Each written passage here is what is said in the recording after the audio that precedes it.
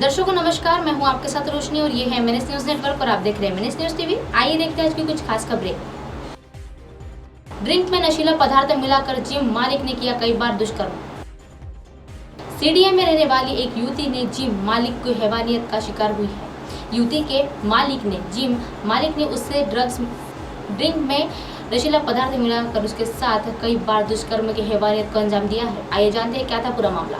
Gym मालिक ने उसके ड्रिंक में नशीला पदार्थ मिलाकर उसके साथ कई बार दुष्कर्म किया है और ये घटना सामने आई है। और यही नहीं, जिम मालिक ने युवती को कश्मीर ले गया था और वहां भी उसके साथ जबरदस्त शारीरिक संबंध बनाया था। जिम मालिक ने न सिर्फ दुष्कर्म किया और घटना को अंजाम दिया, बल्कि दुष्कर्म का वीडियो भी बना लिया है और वह वीडियो फोन में रिकॉर्ड कर लिया है।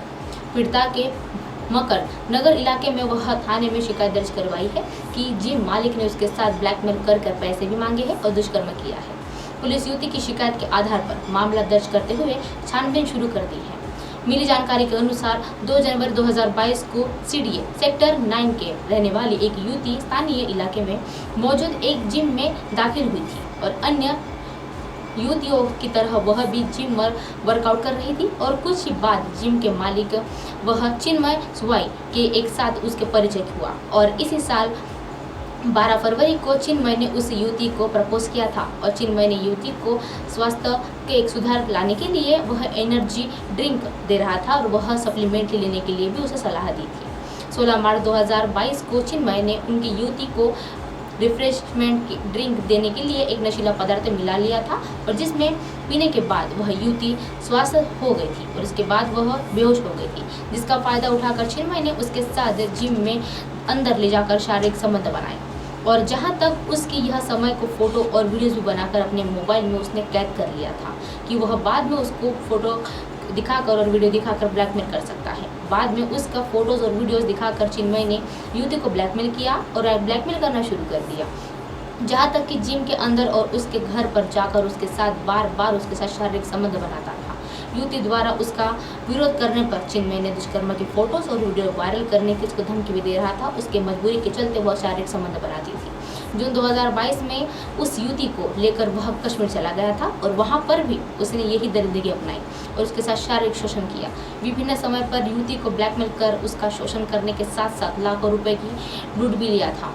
इसको युवती ने बताया था कि चिन्मय में उसने युवती के साथ वह रिश्तेदारों तक अपने दफ्तर में कर्मचारियों को पति के तौर पर चिन्मय भी वह परिचय भी करवा दिया था, लेकिन अब युवती को नजरअंदाज करना शुरू कर दिया था। वह युवती इसी बीच चिन्मय के घर गई थी, लेकिन वहां पर भी चिन्मय की मां ने उसे गाली गलौज कर धक्का मारकर बाहर निकाल दिया था, जहां पर मौजूद चिन्मय ने उसका गला दबाकर हत्या करने की कोशिश भी की थी। इसी के पूरे मामले को लेकर युवती मकर नगर थाना क्षेत्र में शिकायत दर्ज करवाने पहुंची थी और इस घटना की छानबीन शुरू किए जाने के बारे में एसपी तापस प्रधान बताया कि वह मध्यम की रविवार को जानकारी देते हुए कहा था कि आरोपों के आधार पर घटना की छानबीन की जा रही और उसके मुताबिक सोमवार को सीआरपीसी की धारा 364 के तहत युवती का बयान रिकॉर्ड कर लिया गया है और उसके बाद डॉक्टरी जांच पड़ताल के बाद ही आगे की कार्यवाही की जा रही है।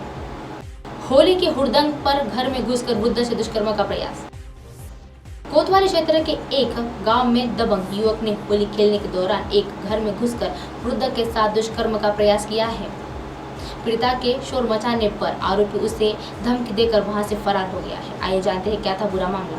पीड़िता ने कोतवाली देहात की घटना की रिपोर्ट दर्ज करवाई है। कोतवाली देहात में एक गांव में निवासी 66 वर्षीय एक पीड़िता विधवा के तहरीर देकर बताया गया था कि वह गांव में उनके घर में अकेली थी और जबकि उसका इकलौता पुत्र अहमदगढ़ कस्बे में रहता था और इसके बाद आरोपी ने होली के पर्व के दिन वह अपने घर में सो रही थी और इसी के दौरान गांव का ही एक आरोपी मोहित उसके घर में घुस गया और वह उसके साथ अश्लील हरकतें करने लगा और दुष्कर्म का प्रयास भी कर रहा था। इसके आज वह आंख खुलने के शोर मचा दिया और इस पर आरोपी ने उसे जान से मारने की धमकी देकर वहां से फरार हो गया। पीड़िता ने बताया था कि आरोपी मोहन दबंग एवं आपराधिक प्रवृत्ति का है और जो कभी भी किसी की वारदात को अंजाम दे सकता है। ऐसे में उसके जान माल का एक खतरा भी बना हुआ था कि उसे जान से मार भी सकता है। देहात पुलिस ने आरोपी मोहित के खिलाफ संबंधित धाराओं के तहत रिपोर्ट दर्ज करवाई है।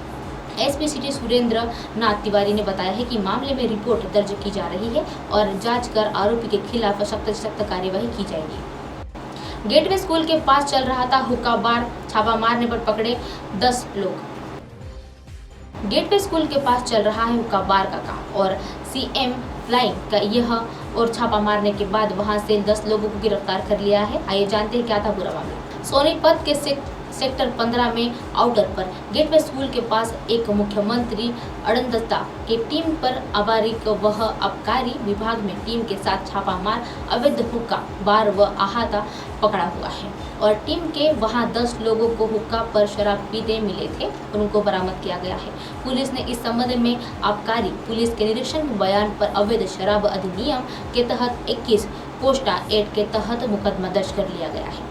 आबकारी विभाग ने निरीक्षण जय भगवान ने सेक्टर 27 थाना क्षेत्र के पुलिस को बताया था कि मुख्यमंत्री की टीम ने गेटवे स्कूल के पास अवैध आहत का एक हुक्का बार चलाने की सूचना मिली थी और जिस पर मुख्यमंत्री ने SI सुनील कुमार को उनकी टीम के साथ उनके गेटवे स्कूल के पास कैफे में भेज दिया था और उसके बाद वहां पर टीम को करीब 10 लोग शराब व हुक्का पीते मिले थे और पुलिस ने मौके पर पहुंचकर हुक्का व 4 डिब्बी मिंट को भी काबू किया था और उसके बाद वहां तंबाकू भी मिली थी और कैफे में करीब 20 मेज सोफे पर कुर्सियां भी रखी हुई थी और जिस पर एक साथ करीब 60 लोग बैठे हुए थे। करीब को वह पुलिस को कहा था कि वह काउंटर पर युवक बैठा था और जिसके अपनी पहचान धर्मेंद्र उर्फ विशु के रूप में बताई थी और इसके शराब और हुक्का पिलाने लिए वह लाइसेंस दिखाने को कहा तो उसने वह लाइसेंस नहीं दिखाया, जिस पर आरोपी के खिलाफ अवैध शराब अधिनियम और 21 कोप्टा एक्ट 2023 के तहत मुकदमा दर्ज कर लिया है। आरोपी धर्मेंद्र ने बताया है कि वह 1 साल से यहाँ